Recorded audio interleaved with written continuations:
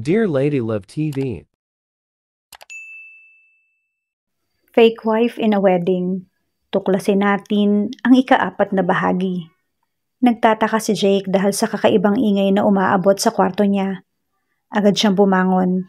8:00 na ng umaga at hindi pa talaga mainit yung araw. Pero hinubad na niya ang suot na shirt, kaya topless siya nang sumilip sa labas ng kwarto. At nagulat nang makita ang mga pinsan na may kanya-kanyang bitbit na bag. Gising na pala si Jake. Anunsyo ng isa. Kinamayan siya nito. Congratulations, pinsan. Alanganing napangiti si Jake. Hindi naman kasi niya ine-expect na dadating ang buong angkan sa bahay bakasyunan. Buong angkan? Naalarma siya. Nakita na kaya ng mga ito si Ella? Saktong katatapos lang maligo ni Ella. Magbibihis na dapat siya sa loob ng banyo pero napansin niya na wala pa siyang dalang underwear. Nakatapis lang siyang lumabas ng banyo nang mapansing nakasilip si Jake sa pintuan. A smile played on her lips. She tiptoed behind him. Gagayahin niya yung napanood sa Korean drama. Ang ipinagkaiba nga lang, hindi siya uupo sa sahig. Pumesto siya sa likuran ni Jake at hinubuan ito. Agad naman itong nahila pataas ang pajamas at tumatawang tumayo ng tuwid si Ella. Pero natigilan siya nang makitang masama ang tingin sa kanya ni Jake at may isa pang lalaking nakatingin sa kanya. Tumili lang si Ella at nagtago sa likuran ng asawa. Sino yan, Jake? Natawa lang ang lalaking noon lang niya nakita. Dumami na ang tao sa pinto. Jake sighed. Sila ang pamilya at kamag-anak ko, Ella. Nakapaka-awkward naman. Nakita pa nila ako sa ganitong ayos. Hi, naiilang man ngumiti na lang siya. Mukhang nakaistorbo yata tayo sa honeymoon ng dalawa. Nakangising sabi ng pinsan ni Jake na si Buds. Hindi naman, ngumiti si Ella at gayak na makikipagkilala. Pero itinabi lang siya ni Jake at isinara ang pinto. Bakit mo ko hinubuan? Tinaasan pa nito ng pajama sa baywang. Sorry, nakangusong sagot niya. Malay ko ba naman na nandyan sila? Shit, hindi natin ito napaghandaan. Isinuot ulit ni Jake ang shirt nito. Basta kunwari hindi tayo galit sa isa't isa. Opo, nakanguso pa rin siya. May inabot si Jake na papel sa kanya. Ano to? Basahin mo lang. Kagabi nang madatnan ni Jake ay tulog na si Ella. Sinulat niya ang mga ito sa papel. Number 1, do not piss me off. 2, learn how to cook. 3, massage me every night. 4, encode my paperworks. 5, do all your wifely duties. Follow this at magkakasundo tayo. And yes, I won't bother Stella anymore.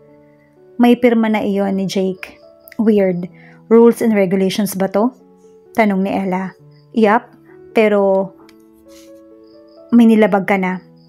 Binuksan nito ang pinto. Do not piss me off. Yung panghuhubo mo, that wasn't funny. Isinara na nito ang pinto. Napasimangot na lang si Ella. Tinulungan ni Jake ang mga kamag-anak sa pag-aayos ng gamit. Dahil private resort yun ng family, maa-accommodate ang lahat ng bilang ng kwarto ang pag-uusapan. No wonder, nakangising sabi ni Bod sa kanya. Kailangan mong madaliin ang pagpapakasal sa kanya. At bakit sa tingin mo? Pinaningkitan siya ng mga mata ng binata. Tumawa si Buds. Ang gwapong si Buds na malapit lang sa edad ni Jake. They used to be close. So close hanggang sa magkahiwalay sila at nag-ibang bansa ang isa't isa. Noon ay magkasabot sila sa lahat ng mga kalokohan, sa lahat ng jamming, lahat ng teenage stuff. Pero iba na ngayon. Mas seryoso na si Jake at si Buds naman. Hindi nagbabago. Lumala. Dahil for sure, marami kang makakaagaw sa kanya. Sagot sa wakas ni Buds sa tanong niya. What a chick, pinsan. Umakbay ito sa kanya.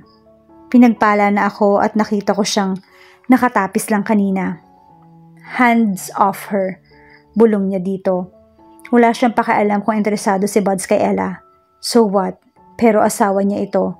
Nakakagago naman kung matutuwa ka na may nagpapantasya sa asawa mo at sa pinsan mo pa.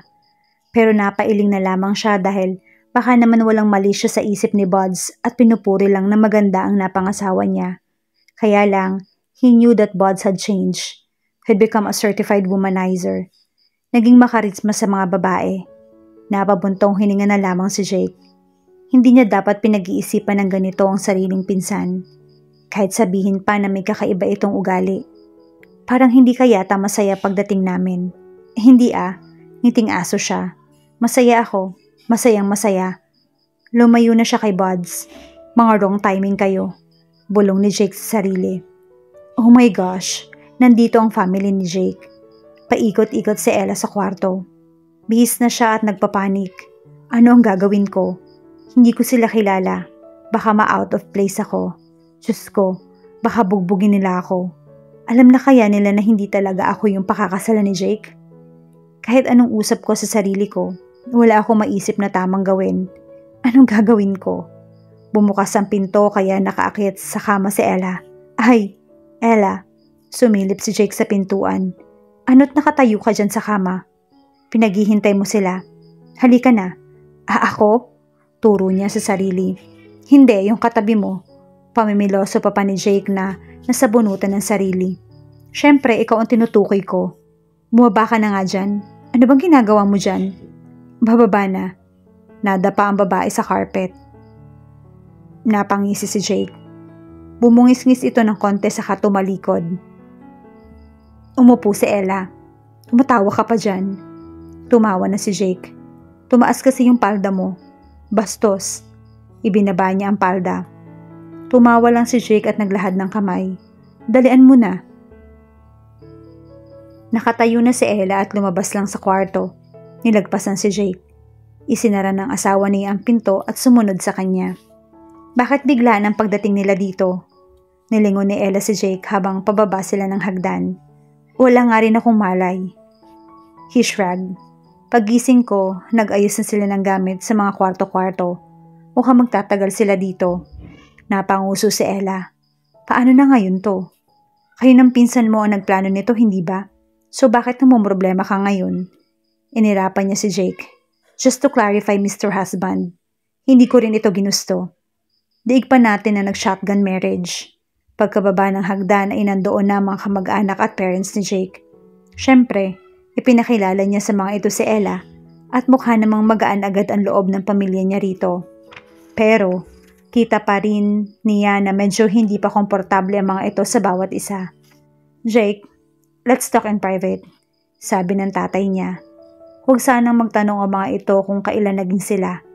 At ng mga bagay pag hindi pareho ang naging sagot nila, ay mayayari sila. Umakbay sa kanya ang tatay niya. You married a very beautiful woman, son. Pero why in a hurry? Kita mo at ngayon lang namin nakilala. Hindi tuloy namin alam kung paano siya haharapin. We will get along well, Papa. Sagot lang niya. She's nice. She seems to be nice. Tumatangon sabi ng ama. But all beautiful women have, alam mo na, dark side. I don't think na may bisyo si Ella. You don't think? Parang hindi ka sigurado.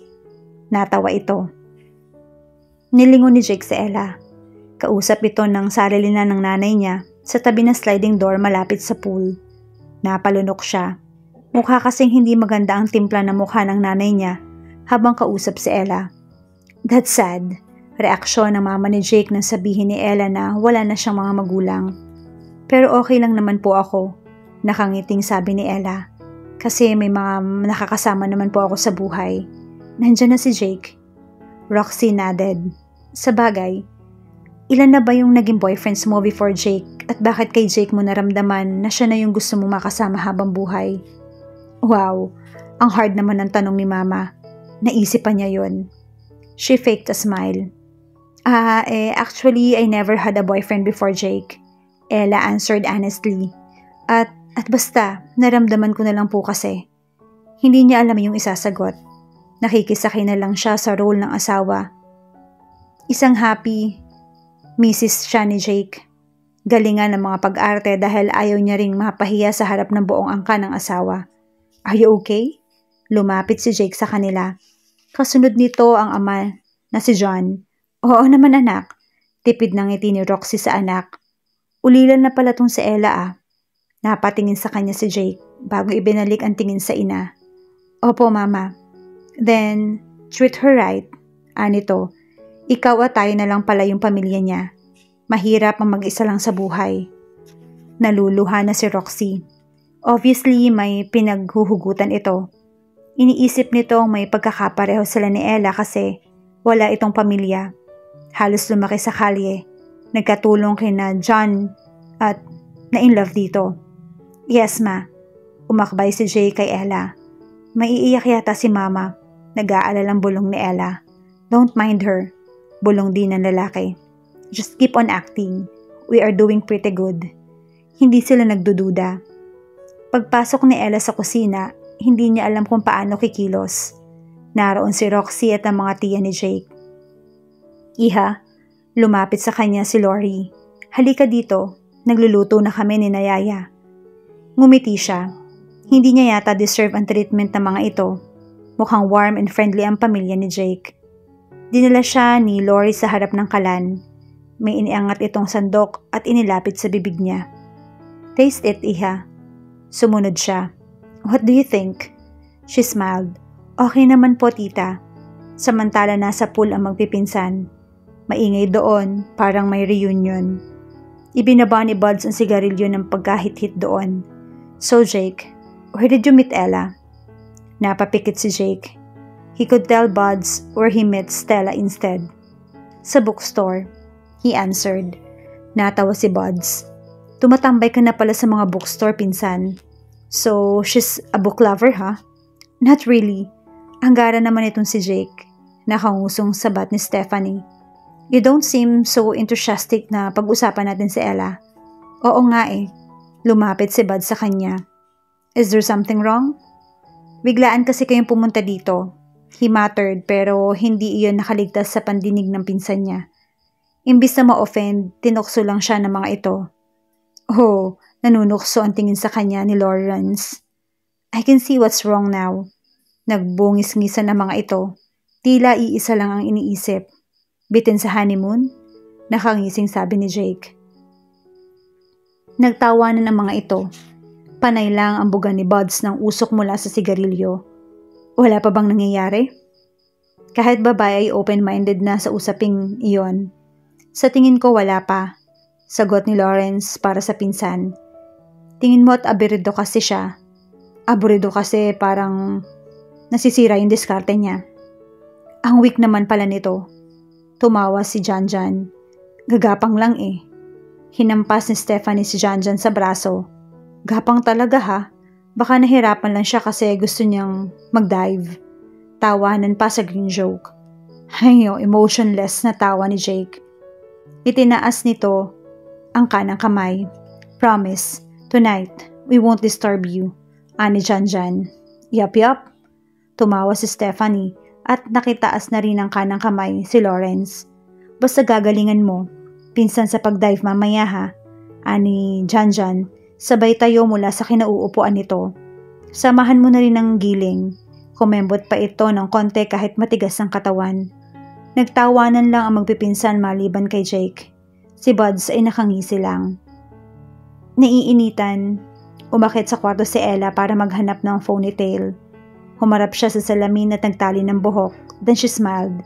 Mukhang okay naman yung family ni Jake, she thought. Kahit nahihiya pa ako, they seem so warm and welcoming.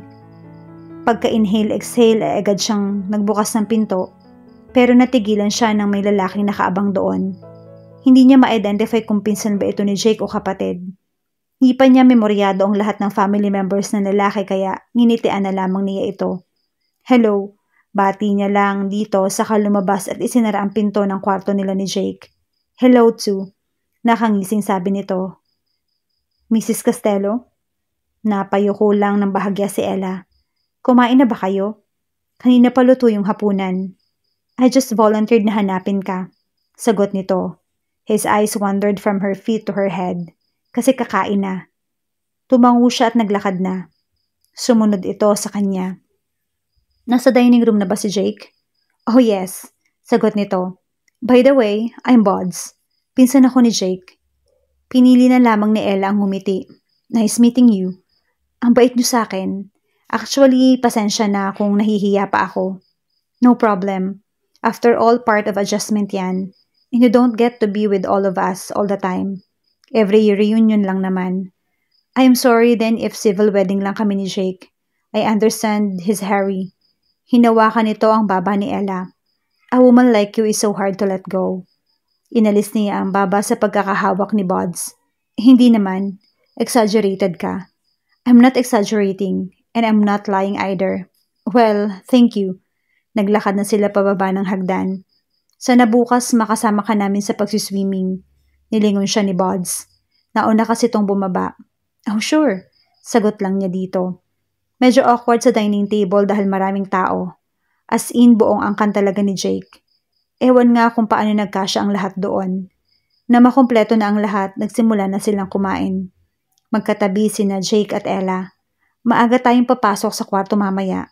Bulong sa kanya nito na may kakaibang tunog sa boses. Maaga? Nilingon niya ito sa pinagsisisihan niya. Kasi ang lapit na mukha nito sa kanya, pero hindi siya pwedeng umiwas. Bakit naman? Basta. Bakit nga? Wala ka bang planong matulog na maaga? Your family is here. Siyempre pakikisamahan ko pa sila. Ano pa ba ang gagawin mo after dinner? Hindi ko alam. Iikot lang. Kakausapin ng iba pang family members. Sina mama magbabaraha. For sure. Marunong ka bang magbaraha? Tong-its. Pinigilan ni Jake ang matawa ng malakas. God, Ella, pangtambay sa kanto naman yan. Naningkit ang mga mata niya. Ano gusto mong marinig? Marunong ako mag-poker? Marunong ka ba? No. So, hindi ka makakasama sa kanila at magsuswimming ka ba kasama ng mga pinsan ko? Umiling siya. Malamig na eh. Baka ginawin ako. So, saan ka pupunta mamaya? Napansin ni John, ang tatay ni Jake, na parang ang seryoso ng usapan ng mag-asawa. Kaya kakalabitin sana nito ang katabing si Jake pero natigilan ito sa narinig. Bakit ba kasi ang aga-aga dediretso na agad tayo sa kwarto? Tanong ni Ella kay Jake. Oo nga naman, singit ni John kaya napatingin ang dalawa. Papa, kumain na muna kayo para mamaya may energy kayo. Kinindatan ni John ang anak bago ito tumayo. Everybody, may I have your attention please? Natahimik ang lahat at tumingin kay John. Good, nakangiting sabi ng matanda. I propose a toast for our family member reunion tonight and also for the marriage of my son. Nagpalakpakan ang lahat bago nag-toast ng baso sa mga katabi nila. Nakaupo si Stella sa sofa. Tensyonado siya habang hinihintay na pumasok ang load sa cellphone niya. Tumunog yung cellphone niya. Load receive. Agad niyang nagawang mag-dial. Ilang saglit lang, sinagot ni Dan ang tawag niya. Honey, anito. I'm still in a meeting. Honey, iyak niya agad. I am sorry. I am really sorry. Pero ayoko. Ayoko nang ituloy ang kasal natin.